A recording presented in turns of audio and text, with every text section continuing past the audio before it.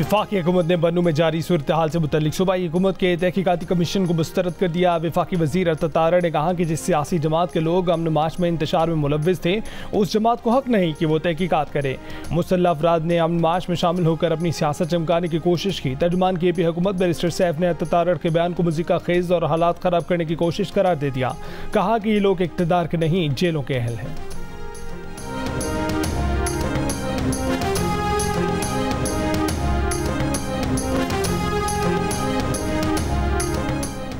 Chairman Tehreek Insaf barrister Gauhar ने मौलाना फजलुर रहमान के दावे की तरदीद कर दी। कहा कि मौलाना फजलुर रहमान से असम्बली तहलील करने या इस्तीफों पर कोई बात नहीं हुई, ना उन पर कोई मुशावरत हुई। मौलाना फजलुर रहमान ने दावा किया था कि PTI ने KP असम्बली तोड़ने और कौमी और सूबाई असम्बली से मुस्ताफ़ी होने की यकीन दहानी कराई है।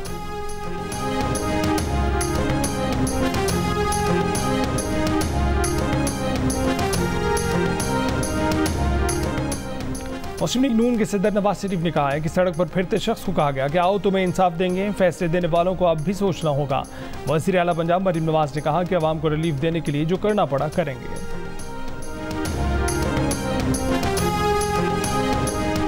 मुमताज़ आलमदीन मुफ्ती तकी उस्मानी ने कहा है कि मुल्क का सियासी निज़ाम मुआशी और सियासी तौर पर मग़रिब का ग़ुलाम हो चुका है।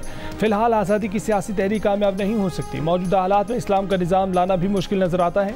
इलेक्शन पर इलेक्शन होता है, धांधली का नारा लगता है और फिर नए इलेक्शन की बात की जाती है। अवाम और माशरे के मुख्तलिफ तबकात इकट्ठे हों और कोई राह निकालें।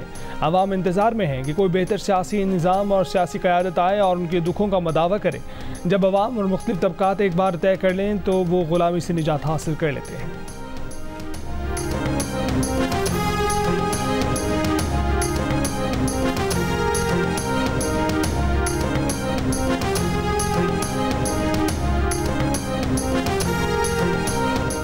कराची के इलाके कायदाबाद में बच्ची से ज़्यादती की कोशिश, मुलजिम गिरफ्तार। पुलिस के मुताबिक मुलजिम ने 6 साल की बच्ची पर तशद्दुद भी किया। मुलजिम ने बच्ची को मुर्दा समझकर बोरी में डालकर नाले में फेंक दिया था।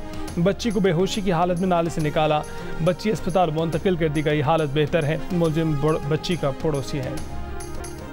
कराची वालों के लिए बुरी खबर कि इलेक्ट्रिक ने बिजली मजीद महंगी करने की फरमाइश नेपरा में जमा करवा दी। 5 रुपये 45 पैसे फ़ी यूनिट महंगी करने की दरख्वास्त कर दी। मई की फ्यूल एडजस्टमेंट कीमत में 2 रुपये 53 पैसे, जून की फ्यूल एडजस्टमेंट कीमत में 2 रुपये 92 पैसे फ़ी यूनिट इजाफे की दरख्वास्त। नेपरा ने दरख्वास्त मंजूर की तो सार्फिन पर 10 अरब रुपये का ज़ायद बोझ पड़ेगा। समाअत 30 जुलाई को होगी।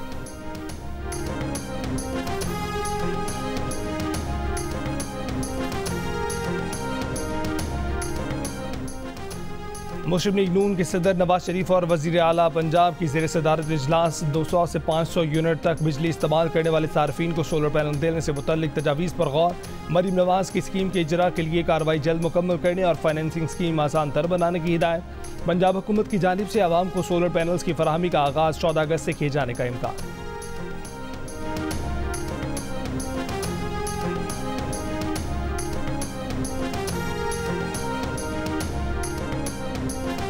बांग्लादेश में कशीदा सूरत हाल। पाकिस्तानी तलबा मुख्तलिफ तालीमी इदारों के हॉस्टल में फंस गए। तलबा से राब्ता मुनक़ता होने पर पाकिस्तान में वालिदैन परेशान। वज़ीर आज़म की एडिशनल सेक्रेटरी को ख़त लिखकर तलबा के वालिदैन का हुकूमत से फौरी एक्शन का मुतालबा। कहा कि बांग्लादेशी हुकूमत ने मकामी तलबा को हॉस्टल से निकाल दिया। पाकिस्तानी तलबा हॉस्टल में महसूर होकर रह गए। पाकिस्तानी तलबा सार कोटे के तहत बांग्लादेश के कॉलेजों में ज़ेर तालीम हैं। बांग्लादेश में फसादात के बाद कर्फ्यू नाफिज है। वालिदैन का तमाम पाकिस्तानी तलबा की जल्द वापसी यकीनी बनाने का मुतालबा। तर्जुमान दफ्तर खारजा का कहना है कि ढाका में पाकिस्तानी मिशन तलबा से राब्ते में है।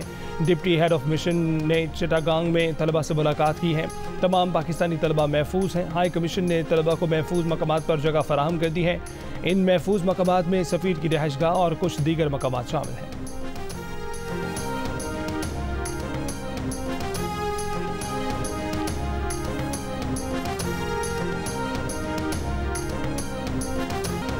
बांग्लादेश में सरकारी मुलाजमतों के कोटा सिस्टम के खिलाफ एहतजाज। हलाकतों की तादाद 133 हो गई। हलाक अफराद में 2 पुलिस एहलकार भी शामिल। 150 पुलिस एहलकार जख्मी। पुरतशद्दुद मुजाहिरों के बाद मुल्क भर में इतवार की सुबह तक कर्फ्यू नाफिज। सड़कों पर फौज का गर्द। शरपसंदों को देखते ही गोली मारने का हुक्म। इंटरनेट, टेक्स्ट मैसेज और ओवरसीज कॉल सर्विसेज जुमेरात से मुअत्तल। हुकूमत का इतवार और पीर को आम तातील का ऐलान। वज़ीर आज़म हसीन वाजिद ने बैरून मुल्क दौरे मनसूख कर दिए। सुप्रीम कोर्ट में कोटा सिस्टम बहाली के खिलाफ समाअत कल होगी। अमेरिका के शहरियों को बांग्लादेश का सफ़र न करने की हिदायत।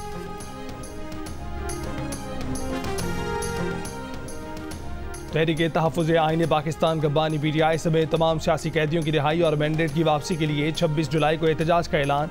महमूद खान चकज़ई की ज़ेर सदारत इजलास में हुकूमत से फौरी इस्तीफ़े और इंतख़ाबात का मुतालबा। बानी PTI और दीगर असीरान की रिहाई के लिए मुतफ़िक़ा करारदाद मंजूर।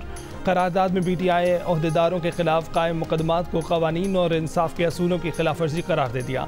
इजलास में मखसूस नशिस्तों से मुतल्लिक सुप्रीम कोर्ट के फैसले का खैर मकदम और महंगाई और बिजली गैस की कीमतों में इजाफा फौरी वापस लेने का भी मुतालबा।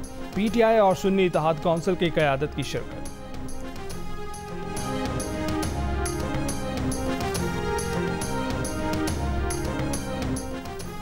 हुकूमत की जानिब से PTI पर पाबंदी से मुतल्लिक मुशावरत के लिए पीपल्स पार्टी का आला सतह का इजलास आइंदा चंद रोज में बुलाने का फैसला। ज़राए के मुताबिक चेयरमैन बिलावल भुट्टो बैरून मुल्क से वीडियो लिंक पर इजलास की सदारत करेंगे। पीपल्स पार्टी की मरकजी और सूबाई क़यादत से मुशावरत की जाएगी।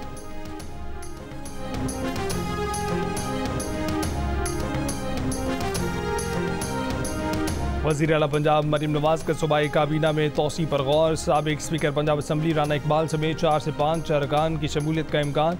मंशा बट सुल्तान हैदर अली खान के नाम भी ज़ेर गौर। ज़राए के मुताबिक हतमी फैसला नवाज शरीफ से मुशावरत के बाद किया जाएगा। जनूबी पंजाब से भी 2 अफराद की काबीना में शमूलियत मतवक्के। इस वक्त पंजाब काबीना में 1 सीनियर वज़ीर, 17 वज़रा, 1 मुशीर और 2 मामले ख़ुसूसी के साथ अरकान की तादाद 21 है।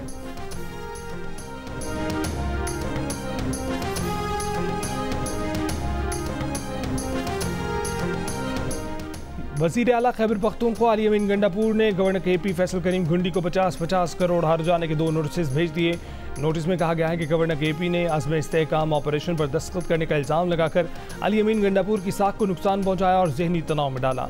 वो 1 अरब रुपये हर जाना अदा करें या मीडिया पर माफ़ी मांगें।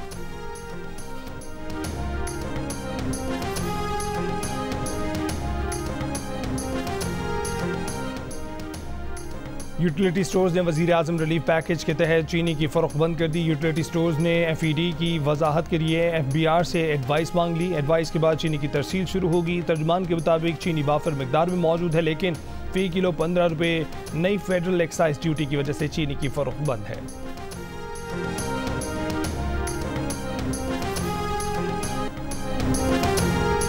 यमन के शहर हुदैदा में अमरीका, बरतानिया और इसराइल के फ़ज़ाई हमले। यमनी मीडिया के मुताबिक हमलों में हुदैदा पोर्ट की ऑयल तनसीबात को निशाना बनाया गया। इसराइली फ़ौज का कहना है कि हुदैदा में हूसियों के फ़ौजी अहदाफ को निशाना बनाया है। इसराइल के जनूबी लेबनान में भी हमले। हिज़्बुल्लाह के असलहा डिपो को निशाना बनाने का दावा।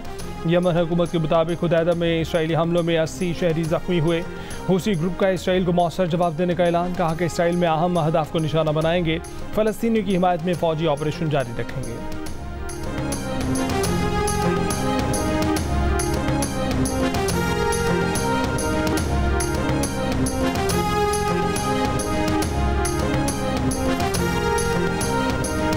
अमरीकी सदर बाइडन गौर कर रहे हैं कि सदारती इंतखाब जीतने के लिए बेहतरीन उम्मीदवार कौन है। जो बाइडन की सदारती इंतखाबी मुहिम के नेशनल को चेयर सेनेटर क्रिस कोन्स का बयान। कहा कि बाइडन गौर कर रहे हैं कि डेमोक्रेट पार्टी की इक़्तिदार को लेकर कौन आगे बढ़ सकता है।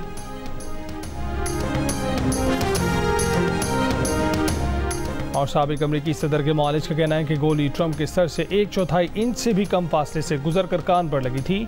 ट्रंप को समात के टेस्ट की ज़रूरत पड़ सकती है। ट्रंप रूबा सेहत है।